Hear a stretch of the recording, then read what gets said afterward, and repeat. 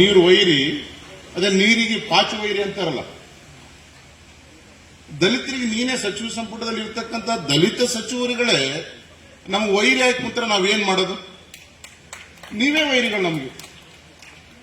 ಮಾದೇವಪ್ಪನವ್ರೆ, ನಿಮ್ಮ ನಾಚಿಗೆ ಬರ್ಬೇಕು ನಿಮ್ಗೆ. ಮಾದೇವಪ್ಪನವ್ರು ನಾವ್ ಯಾವಾಗ ಗೆದ್ದೀವಿ, ಮಾದೇವಪ್ಪನವ್ರು ಸೋತಿದ್ರು, ಮಾದೇವಪ್ಪನವ್ರು ಗೆದ್ದಾಗ ನಾವು ಸೋತಿದ್ವಿ. ಮಾದೇವಪ್ಪನವ್ರು ನೇರ ಪರಿಚಯ ಇಲ್ಲ. ನಾನೇನೋ ಮಾದೇವಪ್ಪ ಬಾಬಾ ಸಾಹೇಬ್ನ ದಿನಕ್ಕೆ 2 ಸಾರಿ ನೆನೆಸ್ತಾನಂದ ತಕ್ಷಣ ನಾನು ಏನೋ ಈ ಮನುಷ್ಯ ದೊಡ್ಡ ಮನುಷ್ಯ ಇರ್ಬೇಕಂತೇಳಿ ನಾನು ಆತನ ಅಭಿಮಾನಿಯಾಗಿದ್ದೆ. ನನಗನ್ನಿಸ್ತದೆ ಈಗ ಇವತ್ತು ಮಾದೇವಪ್ಪನವ್ರು ನೋಡಿದ್ರೆ ಸಿಕ್ಕರು ಒಂದೇಟ್ ಮುಖ ಕೊಡಿಬೇಕು ಅಂತ ಅನಿಸ್ತು. ಮಾಡಬಾರದು.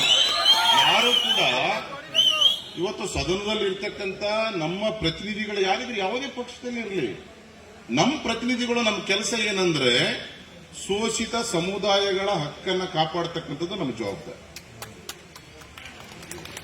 ಇರ್ತಕ್ಕಂಥವ್ರ ಇತಿಹಾಸ ಉಳಿಬೇಕು. ಈಗ ನೋಡ್ರಿ, ಮಹಾತ್ಮ ಗಾಂಧಿ ಗುಂಡಿಕ್ಕು ಕೊಂದ್ರು ಕೂಡ ಮಹಾತ್ಮ ಗಾಂಧಿ ಇತಿಹಾಸದಲ್ಲಿ ಉಳಿದಿದ್ದಾರೆ. ಇವತ್ತು ದೇವರಾಜ ಅರಸು ಇತಿಹಾಸದಲ್ಲಿ ಉಳಿದ್ರೆ ಗೋವಿಂದ ಕಾರಜೋಳ ಸಾಹೇಬ್ ಹೇಳ್ತಾ ಇದ್ರು, ಉಳುವವನೇ ಭೂಮಿಯ ಒಡೆಯ ಅಂತೇಳಿ ಕಾನೂನು ಜಾರಿಗೆ ತಂದು ಸನ್ಮಾನ್ಯ ಅರಸು ಅವರು ಇತಿಹಾಸದಲ್ಲಿ ಉಳಿದ್ರು.